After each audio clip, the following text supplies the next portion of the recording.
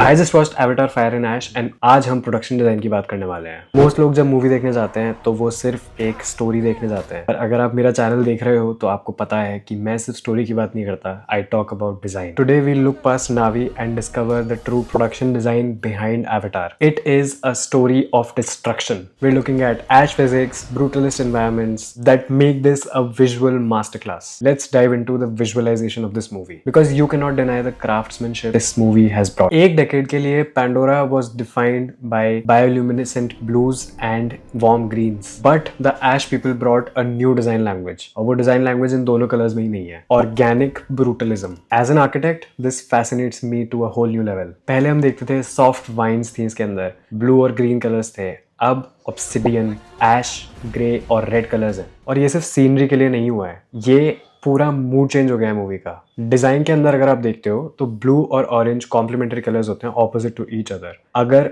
वो दोनों कलर साथ में आ जाते हैं वो हाईएस्ट टेंशन क्रिएट करते हैं। और अगर आपने इस मूवी में देखा है कि ऑरेंज और ग्रे पैलेट जो फॉलो हो रहा है, जेम्स कैमरन हम सबको एक फाइट और फ्लाइट स्टेट में डालना चाह रहे हैं even before the first arrow is fired. Let's now talk production design. एक चीज जो जेम्स कैमरन सबसे बेटर करते हैं वो है क्रिएटिंग इकोसिस्टम्स, बैकग्राउंड्स जो लिविंग ब्रीदिंग बैकग्राउंड्स होते हैं। इन ड्वेलिंग्स को देखो, they are not made on top of land, they are carved into and within the land, they feel one with the land. Visualisation world में जब हम बात करते हैं तो हम टेक्सचर्स और बहुत सारी छोटी छोटी डिटेल्स की बात करते हैं। तो अगर आप इस मूवी में नोटिस करो, every rock has a history, burnt, lava, बहुत सारी चीजें, ऐश, ये सब चीजें दिखाई गई हैं थ्रू टेक्सचर्स, थ्रू सर्फेसेस। और एक बहुत अच्छा इंसाइट ये है कि अच्छा प्रोडक्शन डिजाइन हमें ये बताता है कि वेदर को कैसे दिखाना है एक मूवी के अंदर या फिर एक छोटे से सीन के अंदर, एक ओवरऑल क्लाइमेट। और ये लोग ट्रीज के अंदर नहीं रह रहे हैं क्योंकि ट्रीज तो मर चुके हैं, but they are living in a dying environment. वो ऑलरेडी ऐसा दिखाया गया है कि वो एनवायरनमेंट खत्म होता जा रहा है विद एवरी पासिंग डे।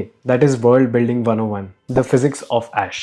थोड़ा सा टेक्निकल हो जाते हैं। फायर एंड ऐश को एनिमेट करना बहुत मुश्किल होता है बिकॉज उसमें बहुत छोटी छोटी डिटेल्स होती हैं जो एक एनिमेटर के लिए बहुत मुश्किल हो जाता है। सिंपल रीजन है कि वो वॉल्यूमेट्रिक है, इट एक्सपैंड्स लाइक दिस। और इस मूवी में ऐश सिर्फ एक 2D लेयर नहीं है, it is a 3D simulation, proper physics sim. हर एक छोटा पार्टिकल कैरेक्टर्स के साथ रिएक्ट करता है। When a Na'vi breathes, the ash moves. When a cave swings, it creates a vortex. और इस चीज को सही करने के लिए VFX टीम ने एक ऐसी चीज यूज करी जो मैं आपको अब बताने वाला हूँ। It is called deep data composting. अब इसका मतलब क्या होता है? ये एक इतनी छोटी सी चीज है कि this allows light to scatter through smoke and clouds easily. This is the reason why the world feels claustrophobic and heavy instead like a video game जहां पर सब चीजें बहुत सिंपल फील होती है। लाइटिंग थ्योरी, एक ऐसी चीज जो आप शायद कॉन्शियसली नहीं भी नोटिस करोगे इस मूवी में, वो मैं आपको बताता हूँ क्या है। Emissive lighting. पर थर्ड पार्ट में एमिसिव लाइटिंग इज मैसिव। अगर आप ओशन के अंदर देखो, ब्लूज, ग्रीन्स,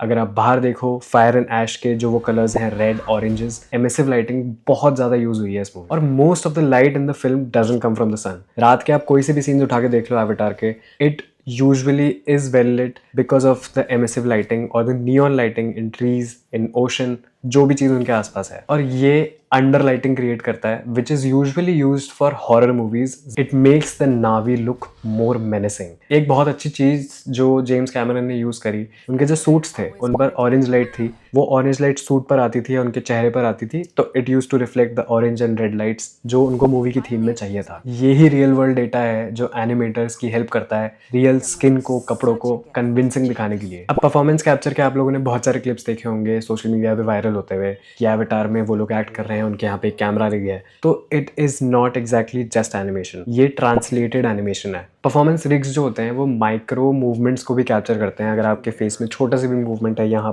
पर कोई भी चीज, वो छोटी से छोटी चीज कैप्चर करता है। पर स्किन को स्पेसिफिकली देखो, the sub surface scattering on the skin, the light particles, that's how light travels through skin. Fire and ash के अंदर अगर आप उनकी आंखें देखोगे तो उनकी आंखों में वो जो बर्निंग फायर है वो भी रिफ्लेक्ट हो रही है, which is a very tiny detail but this matters a lot. And यही सबसे बड़ा रीजन है जिसकी वजह से हम इनको लिविंग कैरेक्टर्स की तरह देखते हैं। कैमरा वर्क यहाँ पे सरप्राइजिंगली रिस्ट्रेन्ड है। बहुत सारे हम मूवीज में देखते हैं कि cinematic wide shots, but James Cameron ने यहाँ पर बहुत ही stable wide of locked off shots use करे हैं जिनमें आप पूरा चीज को एक्सपीरियंस कर सकते हो at one go. He wants your eyes to wander. अगर आप एक फ्रेम देख रहे हो तो उसमें लेफ्ट से लेकर राइट तक अगर आप स्कैन करोगे तो आप बहुत सारी चीजें नोटिस करोगे and you will have the time to process all of that. He wants you to see the scale of architecture in the movie, the scale of cinema. अगर आपके आसपास कोई भी चीज है वो कितनी ह्यूज या फिर कितनी स्मॉल डिटेल्स के साथ बनी हुई है। The backgrounds are living backgrounds as I was saying earlier. This is what allows the scene to provide energy. अगर फॉलिंग लावा है या फिर बर्निंग फायर या फिर ऐश है,